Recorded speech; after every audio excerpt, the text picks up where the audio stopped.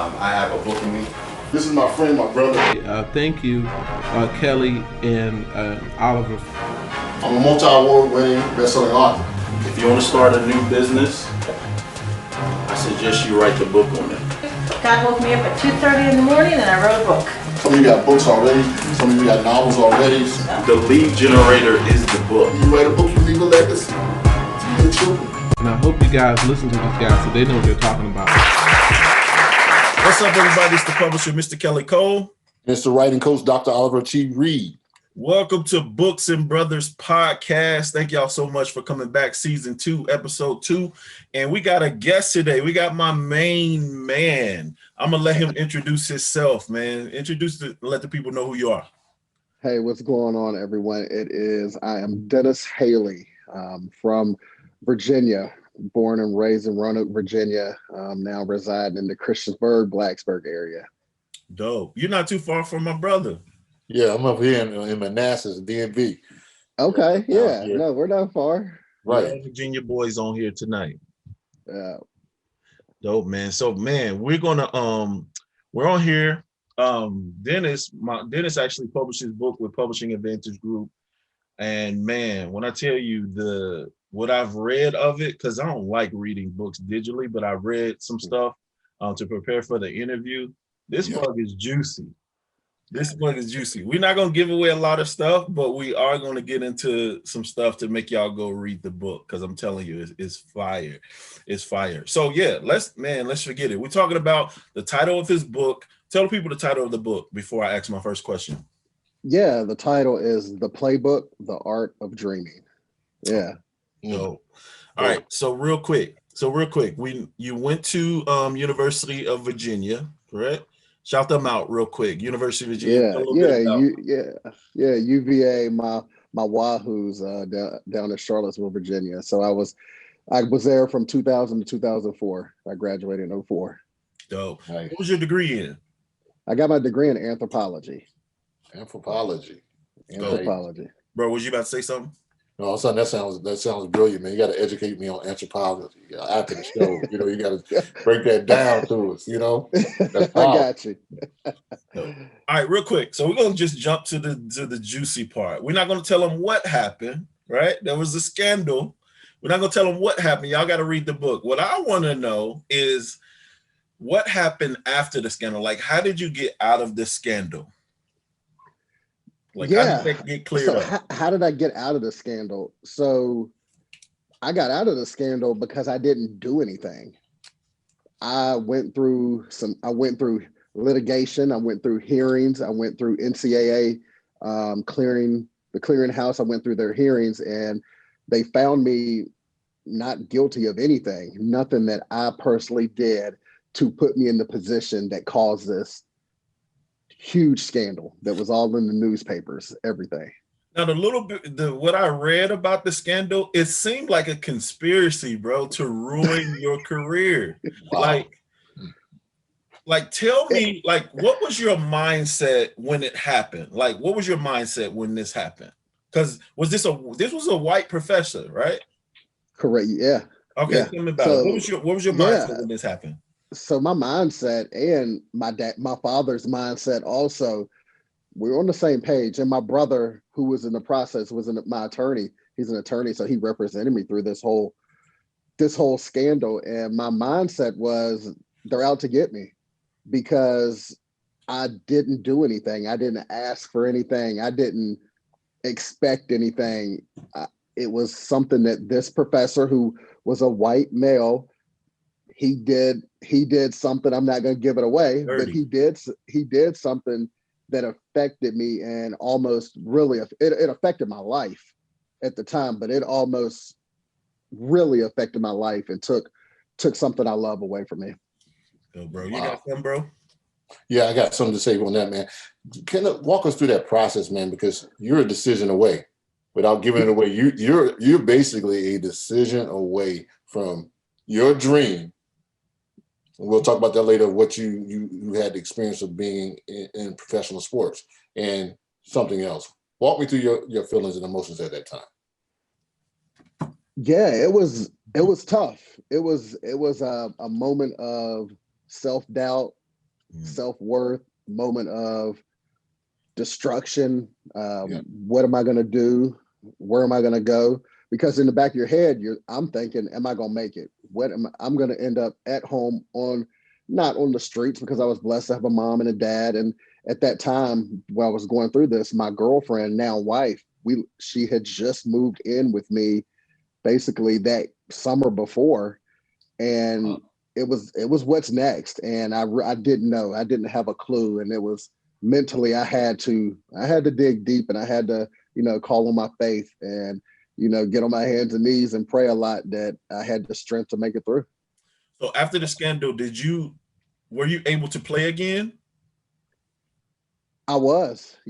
So after the scandal ended, and because I was found not guilty and didn't do anything to cause this, I was able to stay in school. Wow. So I was not kicked out of school. I was able to still practice. Wasn't kicked out of practice, Right. but I couldn't play in the game. So it's a lot of wishy-washy because I didn't do anything, and that was a known fact. But when you're dealing with the NCAA, right, nothing really, it's hard to get everything back. Yeah. The biggest. Let me say this. Go ahead. No, I was gonna say this: the biggest crooks, the NCAA. Go ahead, bro. Yeah, you said That's another whole podcast, right? You said it. We'll talk about that later. I was gonna say, man, the amount of focus that you had to have, because you said several key things. They didn't kick you out of school, so you still had the academic responsibility. Mm-hmm. They didn't kick you off the field, you still had the accountability, because I know college sports. It's kind of fun in games in high school, junior high, right, but it's a career when you get to college. So you had to academically stay focused and then practice. How did you do that, bro? I don't know. I mean, when I look back, I really was, and I say it over and over, I was blessed because at that time, that summer, my girlfriend, wife now, had just moved to Charlottesville with me, and we were sophomores. I was a redshirt sophomore. We were young, and we saw fit that it was meant for us to be together. And she moved to Charlottesville with me. And I can honestly say, if she was not living with me, and I was living with roommates, and I was living with other football players, yeah, I can almost. I'm not gonna say 100% my mental, I wanted to make it. But man, it would have been so much harder on me and my focus to be there by myself alone with just athletes and students, and not my girlfriend to hold me down and to tell me what I needed to do and to help me with my schoolwork, to help me with them papers, to get me back on track. So man, I put a lot of credit to just her stability and her hold me down. What do you say? You got to have the one beside you's got to hold you down, and she held me down through good and bad. Dope, man. Awesome. So you're able to finish your college career. You played. Did you enter the draft? Which year of the draft did you enter? Yeah, so I did. So after the scandal, I got everything back going. Interesting enough, because I played in the first game that year, and then the second game is when they figured this out. I had to set out a whole year, so I had to set out the first game of the next season to make it a full season.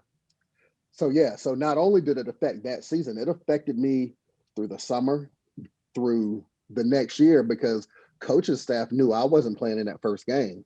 So mentally, they prepared like I wasn't. They prepared because I wasn't playing. Man. So yeah. So anyway, I got back on track. My junior year, had a great year as a reserve, even though I felt like I should have been starting, but I did. I took it. I ran with it. I knew what I needed to do. Had a great year. Senior year came and balled out. And 05 was the draft. I graduated in 2004.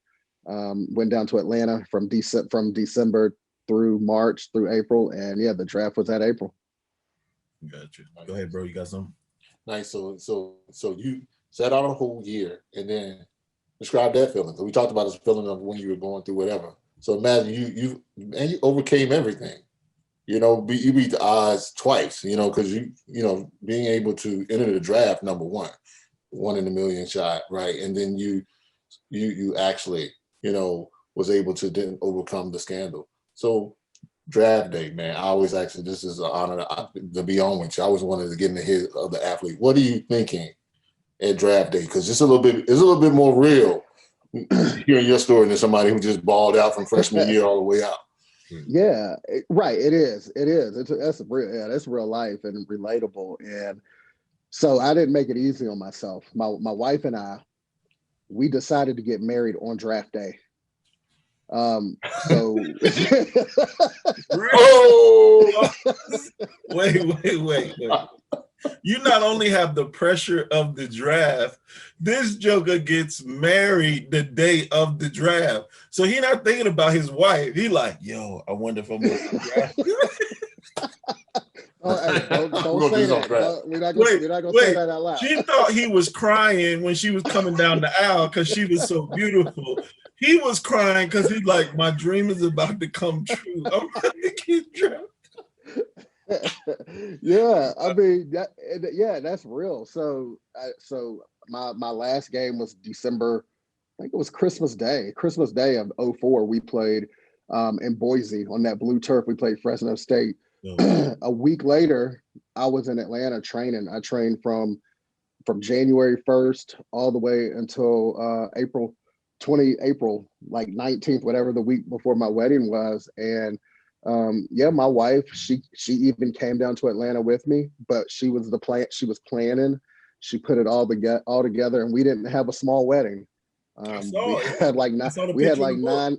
Yeah, we did not have a small wedding. So it was, she was holding me down. But then at that time I had to go do my training in Atlanta. Then she came down there and stayed with me for several months while I was training, but she was planning and kind of back and forth. And draft day. So I knew where I was going to go in the draft. I knew I wasn't going to be a first day draft pick.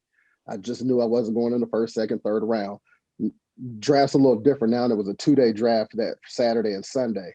Gotcha. So we got married on that Saturday, which I knew I wasn't going. And so that was fun and it was relaxing. And man, we had the time of our life that Saturday because we knew tomorrow was going to be, that was the next day. That was the day that was going to be the rest of our lives. And that was going to be a dream come true. So it was really an incredible weekend. And I can vividly remember, that weekend and how it went. So yeah, crazy. I mean, it was, I don't know, what were we thinking to plan a wedding on that same weekend because we get married. We get married on that Sunday. By that Wednesday, I'm on a plane to New York.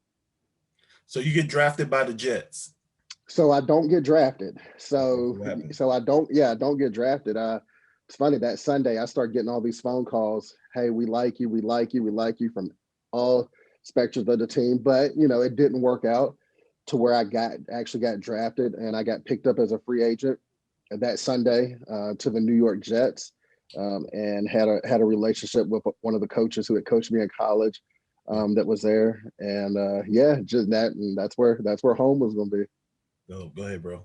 Wow, I'm sitting here, man. Like you just rise to the occasion. It's like you said, you don't make it easy for yourself. You like, I'm gonna get married. I'm doing draft day. I don't get drafted, and then I'm on a plane from New York. Yeah. So fascinating. I love the way you describe in your book blurb about playbooks. And to go back to my question again about focus. What made you choose to even deal with it from the analogy of a playbook? What made you come up with that thing? Yeah, you know what? It was interesting coming up with a title because I knew I had a story and knew I wanted to write, and then the playbook just stuck.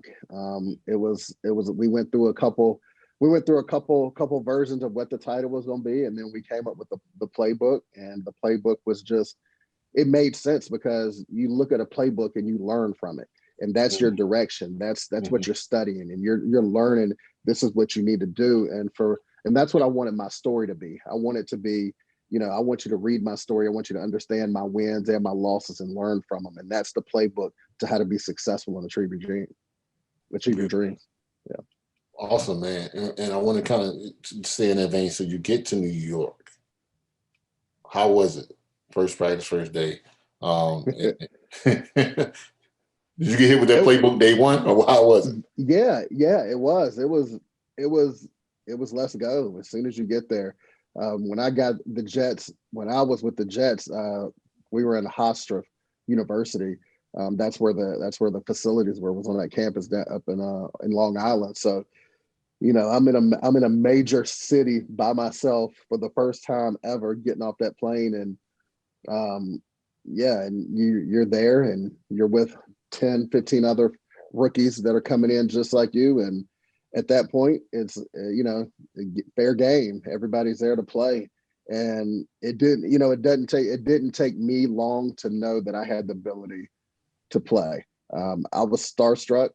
I was looking at Curtis Martin, because Curtis Martin was on the team when I was there. Lavernius Coles, Testaverde was there.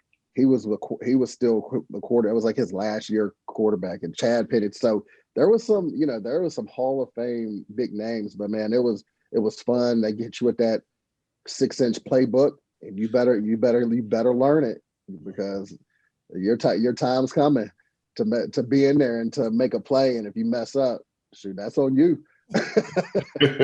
So is it like Hard Knocks, like what we see on HBO? Is it that just like that? It is because you're in. It was a little different for us because we were on Hostra's campus and we had our training camp at our facility. So at that first one, I was in a dorm, just a college dorm, bunk bed with a roommate, and you're up at 6. You're eating breakfast. You're on the field. You practice. You do your lunch. You take you try to get a quick cat nap. You're back up. You're back at practice. After practice is over at 5, you eat dinner, and then you're in meetings from 6 to 10. And then when you get out of meetings, you're on your playbook till probably like 12, 1 o'clock, trying to make sure you don't make a mistake. So it is just like Hard Knocks, and it's all day, every day football for sure. That's something powerful, because I know that word playbook, and you seem, from what I'm hearing and reading your story and seeing you today, that you're mentally tough. The question I'm asking, how has the life that you lived before, the challenges that you faced, how did that prepare you for New York? Oh, it prepared. I grew up. I grew up. I had to become from a college student to a man real quick, because when you go through that turmoil, and your name is in the paper, and you understand it, and it affects you, it affects your family, it just affects your mental. So to come out of that and to come out of it on top, and not only to come out of it on top and be able to get drafted, I graduated on time with my degree. Wow. So there was no setbacks. Yeah, I went to summer school and did all that, but that's the normal path. And graduated on time. Reached a dream to be able to play professional football. So that just prepared me for the next step, to know that mentally I could handle anything. Right. Backing up real quick. Yeah. You said you knew that you could play the game. When was the point that you knew you could play on that level? Because I'm gonna tell you a quick story. The day I got to college football, I knew I couldn't play on that level. I was like, nah. I thought I did. I was like, nah, this ain't for me. I knew that day. But when did you know you could play on the professional level? Yeah, interesting. I say this, not really looking at the linebacker position, but when I got there, we had some veterans. So Jonathan Vilma was kind of one of the new. He was about second year player. So Jonathan Vilma he had been like 2 or 3 Pro Bowls in a row. He was the man, and he could play the position, and that's who I was backing up.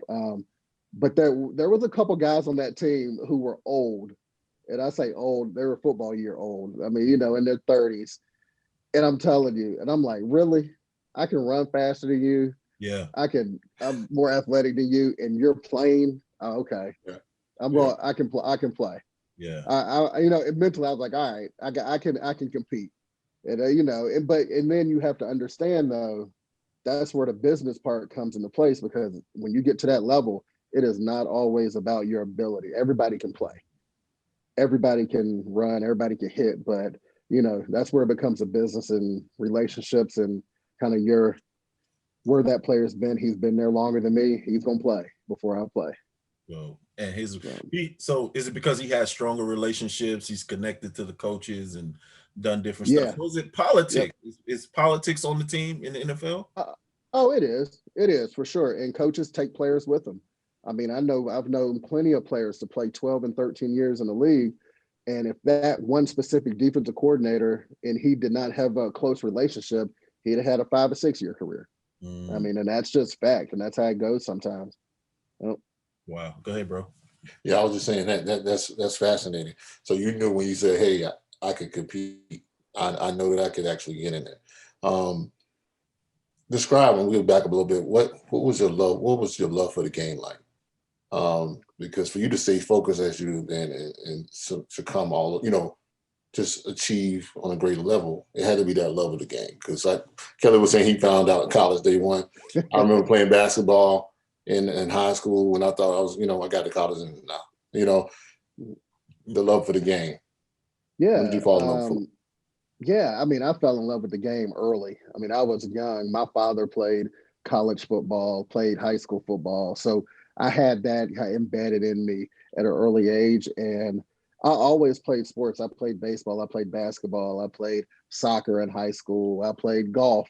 I did everything, but something football was just naturally, and I just loved the game of football.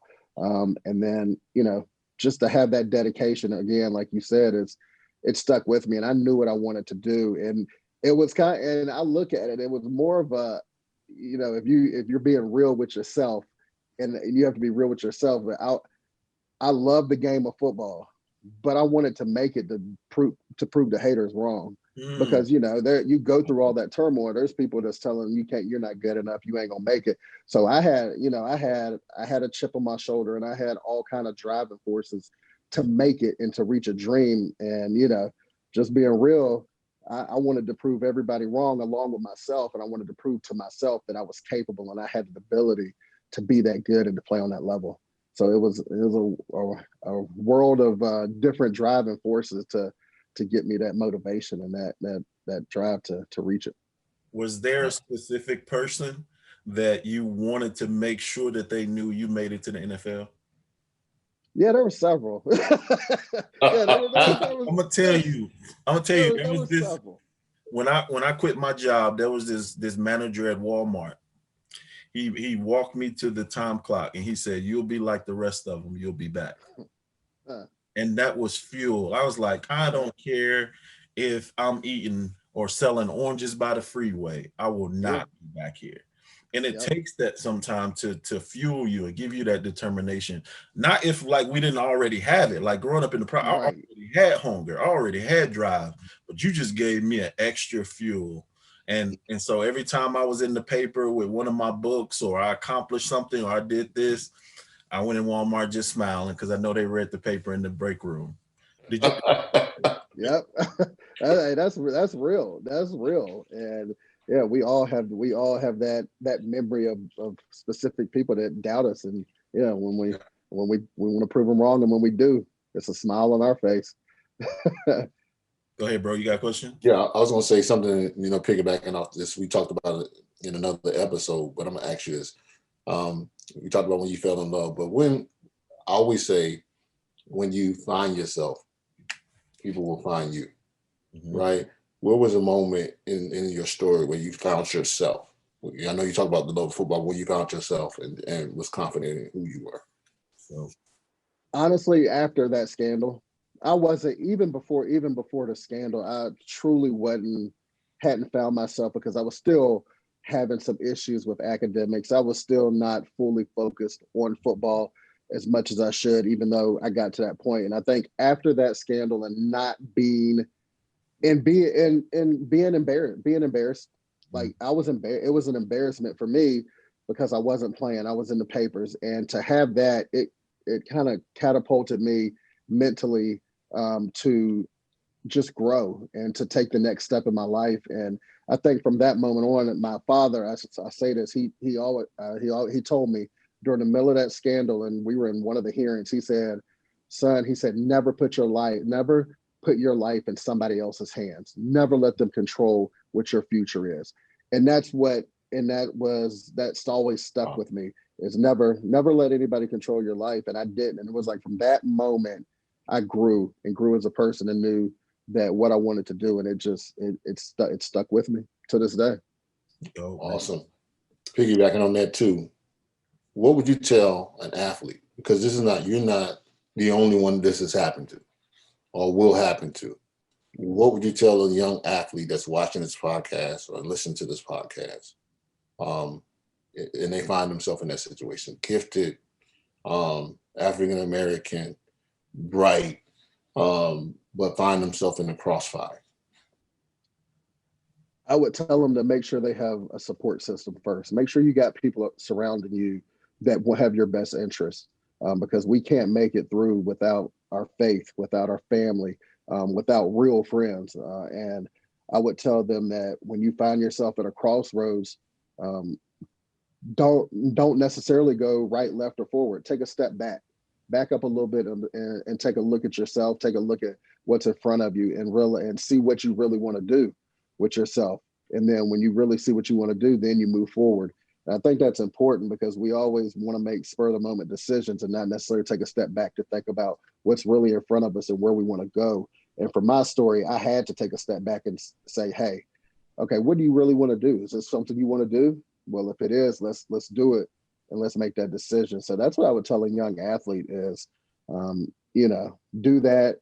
Never put your life in anybody else's hands. You control your destiny, and you can do whatever you want to do. And that's not just a cliche. You literally can do what you want to do. If you want to do it, you got to put in the work. You got to put in the sacrifice. And it's something that you got to do. You got to mentally prepare yourself for. Awesome. Great. That's good stuff. We got about 10 minutes. So I want to speed this up just a little bit. Did you end up playing in any games in New York? I didn't. So I was with I was on the practice squad opening day roster. And then I got released week 3. Curtis Martin got hurt it tore his knee, 3rd game of the season. So they had to release me, and because I needed to bring another running back in. And they told me, they were like, Dennis, don't go nowhere. People are going to try to get you. We know they're going to try to pick you up off waivers. Don't, just stay here and we'll sign you back in a week. I didn't listen. Baltimore called me the next day after I got released. And I had a previous relationship with Baltimore, because they had worked me out in college, and it was closer to home. And what better person to play behind than Ray Lewis, Bart Scott, Terrell Suggs. So Baltimore called, and Ozzie Newsome, Black general manager, who I had a personal relationship through my agent, who was best friends with him. So it just worked out, and I was on a plane to Baltimore the next. Actually, it wasn't even a plane. I'm lying. I wasn't even on the plane. My wife and I packed up a U-Haul and put all our furniture in there, and we drove from New York down to Baltimore. He was like, I'm out. We're gone. He's like, peace, New York. Wow. Okay, so you go to Baltimore. Were you on the practice squad first there? I was. Yep. Came in on the practice squad. Yep. Yo, 2 questions. Then I'm gonna pass it to my bro before we close it out. So you're on the practice squad.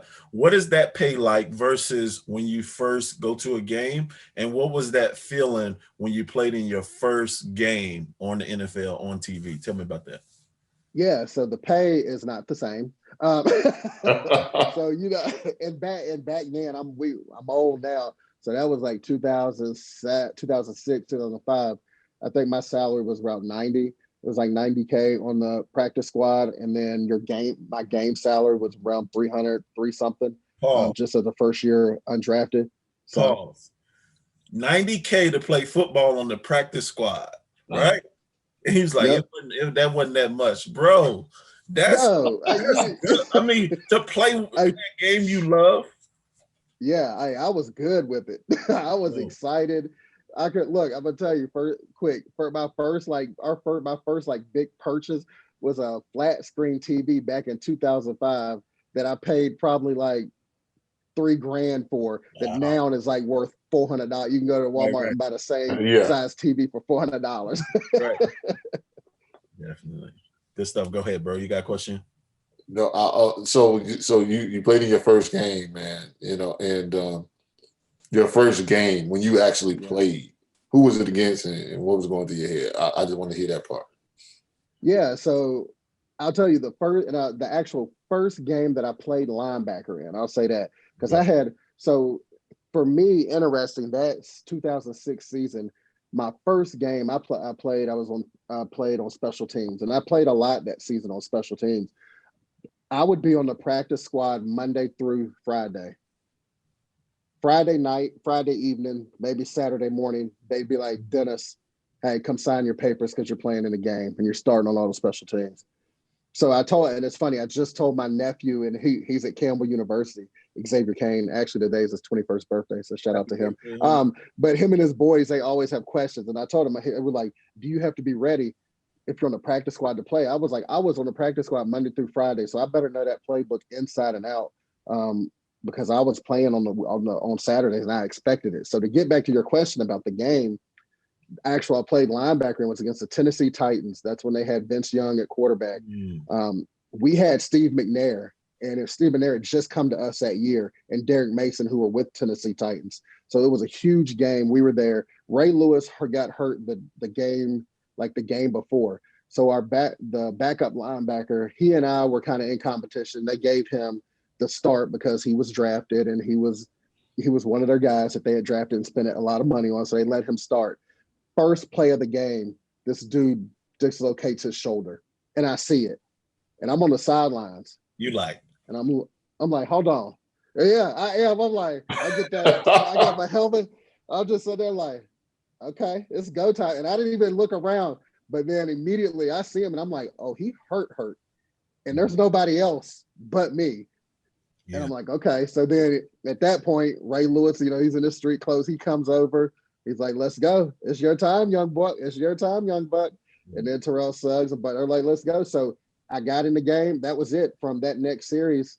And that was the first quarter. That was the first series of the first quarter. So I played the rest of the game. And can I tell you, I had the game of my life. That was the best game I've ever played. 10 tackles, 2 pass breakups, 3 special teams tackles. I didn't come off the field. And that was like the first moment that I played. And that's when I knew I arrived. That's when I knew that I